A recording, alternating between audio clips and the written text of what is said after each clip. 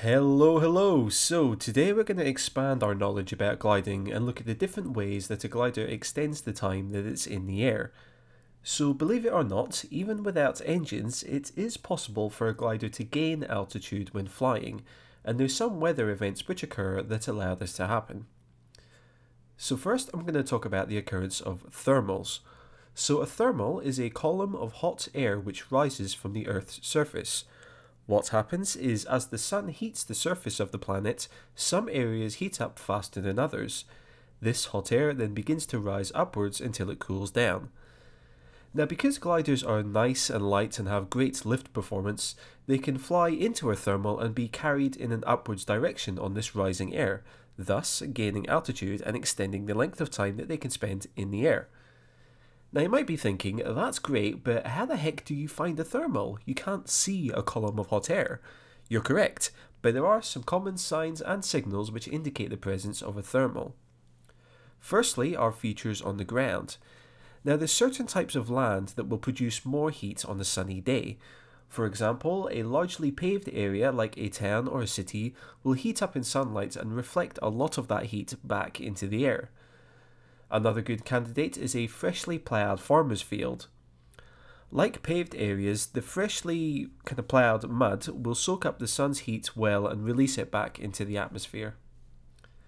There's some natural signs as well. Sometimes a cumulus cloud can form at the top of a thermal.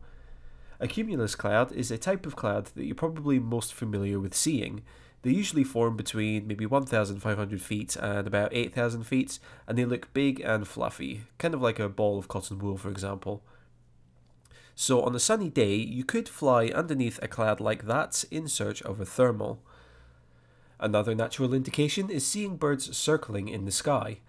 I'm sure you've all seen a video of birds circling effortlessly in the sky, just with their wings spread out wide, not flapping, just soaring along happily. The chances are that they are actually circling within a thermal. So let's jump into FSX now and take a look at how we can fly with thermals within the sim. Okay, and here we are gliding in FSX. So I've just taken off from Inverness Airport down there, and we're just doing the turnaround just now. So the first thing I want to talk about is finding thermals within the simulator. Now you can actually, there are two ways of doing it. So what I'm going to do is I'm just going to level off here. So if you go into the options menu, so I'm just going to hit Alt here to bring up the options menu at the top, or the options bar. Now if you go into options, settings and display, and then if you go into the weather tab here, you can see that we'll have a drop down here which says thermal visualization. And within this drop down we've got two options here. So the first one is natural. So if you remember a moment ago I talked about birds circling within a thermal. If you have natural selected, then what the simulator will do is it will load birds into the simulator, and it will place those birds, and it will have birds circling within the thermals, so you can have a look out for flocks of birds circling, and you can find thermals that way. Within FSX, they look more like just black pixels because of the quality, but I'll show you that in a moment. The other way is the schematic. So what this will actually do is this will actually draw coloured spirals around the thermals, and it makes it much easier to see where they are and see how big they are and everything. So I'm going to select schematic here, and if you're just getting into gliding and you're exploring thermals for the first time, I would highly recommend using the schematic thermal visualization option here.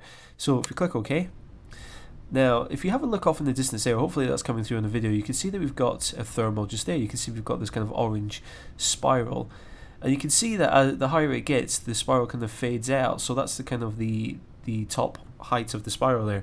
I do know that there is another one just near the airport here, so you can see hopefully we've got that spiral there just near the airport. So we will be flying into that, so I can show you a few things within that thermal. But again, you'll notice that the thermal fades away as it gets higher up. That's because the air is getting cooler the more it rises, and thus it's not going to be rising at that altitude, and it's going to cool down, and you're not going to get any lift benefit from that. Now the other thing I want to mention is you'll also notice above this thermal that there isn't any clouds, so I don't think that the thermal placements the cloud placement within FSX lines up with thermals and vice versa. Just something to be aware of. Because while in the real world, while you could look at cumulus clouds like these and try and find thermals underneath them, in the simulator I don't think it's that accurate, so you won't be able to do that or use that method of finding a thermal. Anyway, so we know that we've got a thermal over there, so what I'm going to do is I'm going to actually just turn on the natural... sorry, I'm losing my mind here. I'm going to turn on the natural visualization, and hopefully we will get to see... hopefully it'll load in some birds. So what I'm going to do is I'm going to turn around. I might have to cut the video until I find some, but I'll do that. So I'm going to turn towards the thermal just now, and hopefully we'll see some birds. As I said, I'll try and find some more. Ah, yeah, there we go. Hopefully you can see that there. So you can see it kind of draws in birds like that. Pretty cool. So there's the natural visualization option kind of there, and you'll notice, and you'll remember, because we have this thermal just over here somewhere, you can see that we've got birds in the right location. So what I'm going to do is I'm going to fly over to that thermal just now, and we'll talk about flying within a thermal.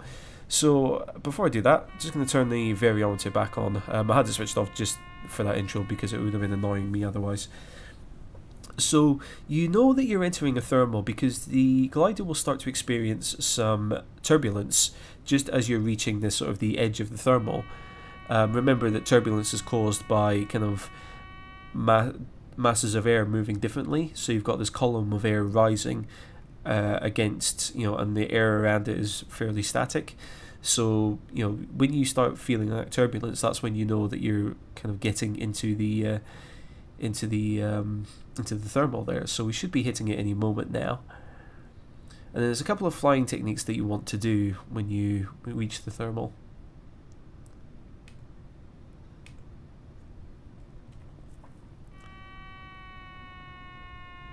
So there you can see we're starting to get a bit of turbulence just now.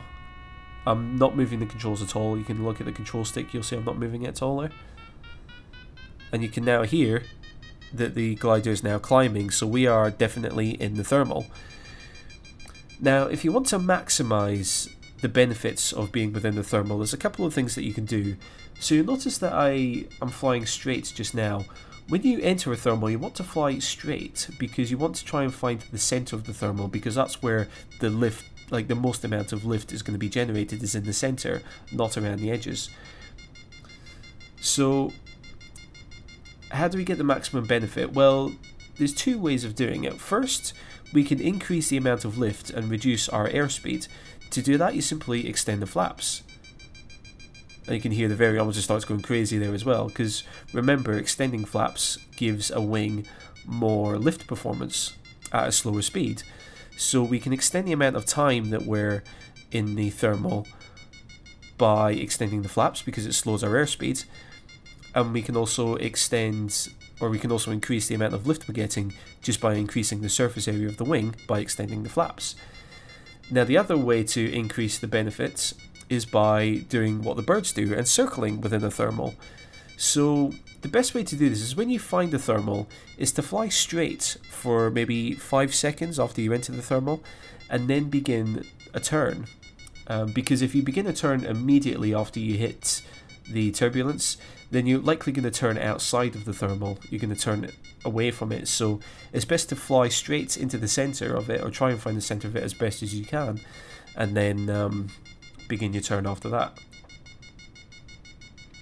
So you can see I've just beginning a slow clockwise turn here to make sure that we stay within the thermal.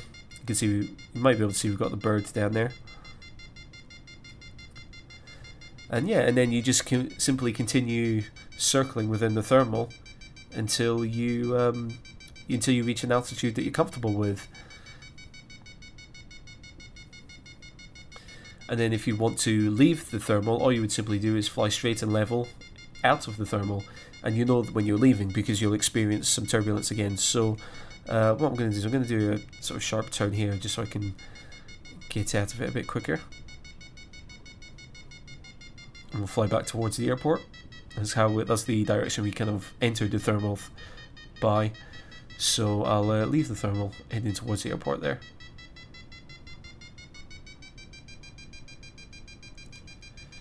And you can see that our airspeed is good. We're at about 55 knots, and we climbed from, I think it was about maybe 1,500 feet up to over 3,000 feet just in that short period of time there. So I'm just going to trim the plane there just so we fly straight and level quite comfortably.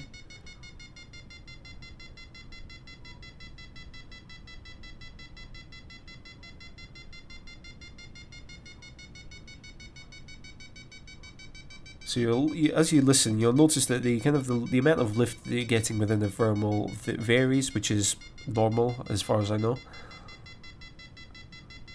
However, as I did mention earlier, the core of the thermal, the center of the thermal, is where the lift will be the strongest. So we're getting a bit of turbulence there, and you can see that we've now dropped out of it, as you can hear by the variometer is now indicating that we're descending.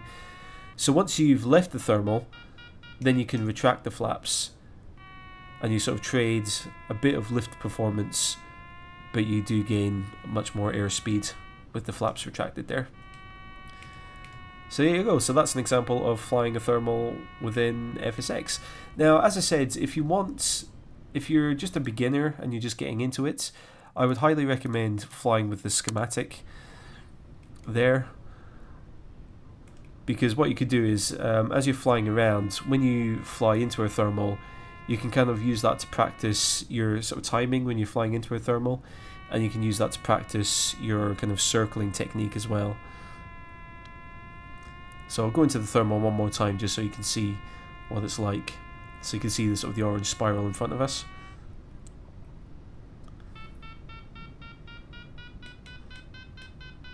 I'm gaining some altitude there more because my attitude is pointing upwards rather than anything else. So you can see that we're just coming into the edge of the thermal now. Now the line it's not like a complete straight line, so that's me passing into the thermal just now, and it might be a couple of seconds before we get the turbulence. That's okay, there's nothing to worry about there. So we're getting some turbulence now. You can see this is quite a wide thermal here as well. But there we go. So you can see that it's usually best to fly straight for a little while. So you fly right into the center of the thermal and then begin circling.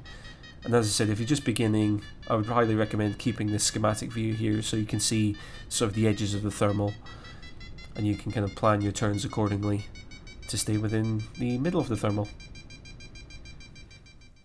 Now let's look at another form of lift which is formed in mountainous areas. This is called ridge lift. So ridge lift is produced when the wind hits the side of a mountain and is deflected in an upwards direction. So the side of the mountain which is facing towards the wind is called the windward side, and the side facing away from the wind is the leeward side. Now, provided that there is a steady wind speed hitting the mountain, a glider can comfortably soar along the length of a mountain ridge for hundreds of miles. This technique of flying along the length of a mountain ridge is known as slope soaring. Opposite to that, slope soaring can take place in a short distance. A common location to see ridge lift in action is at a beach.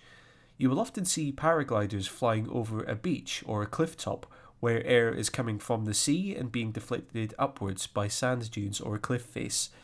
I would highly recommend that you do a search here on YouTube for something like beach paragliding, and you'll see plenty of videos of ridge lift in action. Now, unfortunately, in FSX you're not able to experience ridge lift in free flight. However, I do believe that it is available in one of the in-game missions. I believe it's tutorial number 7. So if you go and fly that in-game tutorial, in-game mission, then you can experience ridge lift within FSX that way. But as I said, it's not part of the free flight mode, I'm afraid. There is one more major form of lift that glider pilots make use of, which is called wave lift. Now, I'm going to start by saying that this type of lift is not modelled in FSX. Also, the physics and meteorological conditions which cause wave lift are actually quite complicated, so this is going to be a brief overview of how it works. So wave lift often begins with wind passing over a mountain, much like ridge lift. However, what I didn't mention before is what the airflow does after it passes over a mountain. The airflow can descend on the leeward side of the mountain back towards the ground. However, instead of descending and following the landscape, it begins to rise again, and then at a certain altitude it begins to fall. And as you can see, as it continues, the airflow begins to form waves in the sky. Now, glider pilots can take advantage of the air as it's travelling upwards, much like ridge lift, and these waves influence that airflow high into the atmosphere. Pilots can identify wave lift because a unique type of cloud often forms at the apex of each wave.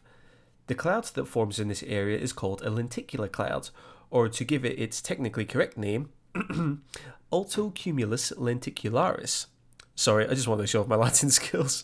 However, as you can see from this real-world example, the clouds are often fairly thin and lens-shaped, which is what the name lenticularis stands for, lens. And it is possible for multiple layers of these clouds to form in the same location. Are you ready for this? Bam! How spectacular is that? So why bother talking about wave lift at all? Well, it's kind of the holy grail for glider pilots. For example, 2 major gliding world records have been achieved thanks to wave lift. The first is a world distance record set by a glider. The pilot, Klaus Ullmann, managed to fly a glider for a total of 3,008 kilometers, or 1,869 miles. Now, if you thought that was impressive, get this. 2 pilots, Steve Fawcett and Einar Enolvidsen, I think I pronounced that correctly, they flew their glider to an altitude of 50,720 feet. Let that sink in, an unpowered aircraft flying at over 50,000 feet. Both records thanks to wave lift. So there you have it, that's a couple of ways to extend your flights in a glider. So I'm going to wrap this video up now by saying a massive thank you to my Patreon supporters for their ongoing support, and especially thank you for watching. So until the next time, thanks very much for watching, take care out there, and I will catch you all later.